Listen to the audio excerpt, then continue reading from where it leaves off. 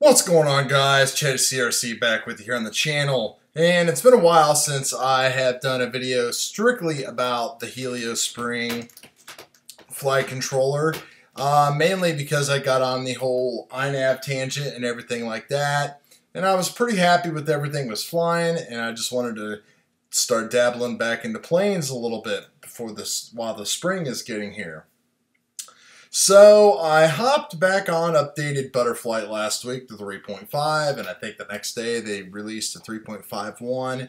Did some tuning, got that flying pretty good, and I noticed that I kind of like the way that it flew a little bit better than my Helio did. The Helio Hex that I was using actually was this one right here that is available on their site, and it might be actually available here in the firmware flasher as well.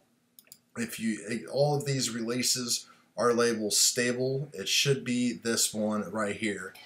But these guys are really taking things to the next level, and the whole point of why I wanted to make this video is I was listening to an FPV podcast today, and one of the hosts was excited about getting a Heliorc flight controller.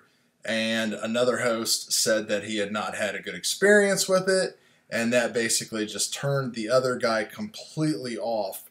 I mean, to the point where he really just, it sounded to me like he just folded and wasn't even going to like deal with it. And that's pretty unfortunate, because if we don't have people that are willing to work and try new stuff and advance the hobby, then we're just going to be stuck with what we are. There's a lot of big YouTube guys out there that, you know, I watch their live streams and people say, hey, are you going to do a 2-inch? Are you going to do a 6-inch build? Are you going to do a 7-inch long range build?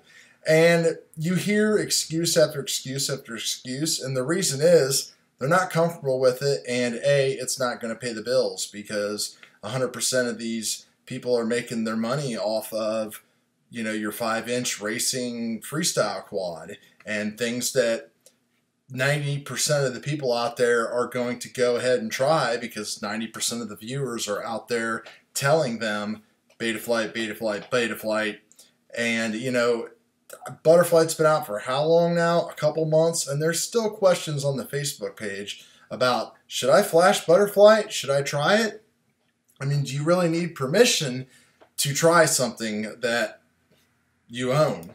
So that's just kind of my question. If you take a look at the Butterflight Facebook group, I mean, these guys are all over the place. The Heliorc guys are working super duper hard to try to implement this new technology. They have stuff that works good, and then they have stuff that definitely is for testing and beta purposes. So, you know, you don't want to jump in, if you've never flown a Helio before, to 1.06 RC6, even though it says it's stable. It is stable, it flies great, but there is a lot of different implementations and things that they have changed. Now, if you do want to use things like Lewis grips and OSD to control all this stuff, then you're going to have to jump into it. And there is going to be a bit of a learning curve. This isn't like throw in some stock PIDs and your buddy's rates and go and fly. This is technology that is pushing the hobby forward, and it's stuff that we need. We don't need people reviewing Banggood quads over and over and over. How many 2-inch and 3 inches can there be? I mean, come on, it's the same thing over and over and over. It's just crazy. So anyway, I have the latest release candidate flashed on my Reverb. I've been flying tonight. It's really different and really exciting, because it is different. It is a different way of experiencing flight once again, and I'm going to be working on some videos here. I'm keeping fully updated on the Slack and reading all the information that everybody is on there, but I just wanted everybody to know what is going on with all that. You can see I have it connected up here, and just a little sneak peek here you can take a look at You know, these are default stock PIDs that you're starting with here. Pretty awesome, huh? And notice Yaw D is back.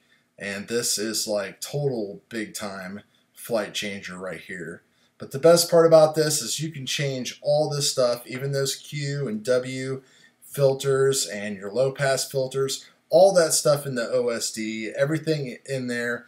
And then if you wanted to go into even more depth and make even more changes to some things like in your configuration and certain things like that, you can actually even do that in the low script. So it's super exciting stuff. Don't forget that when you get an actual Helio, the very first thing you are going to want to do is you are going to want to type IMUF update. As soon as you plug it in, just type that. And that's going to basically set all the stuff in the actual gyro itself, which is on its own separate processor and everything. Then go through and start doing your configurations and everything like that, and it will make life a little bit easier for you. So that's it. Just a quick update to tell you what's going on with myself and the Helio, and it's pretty exciting. We'll talk to you later.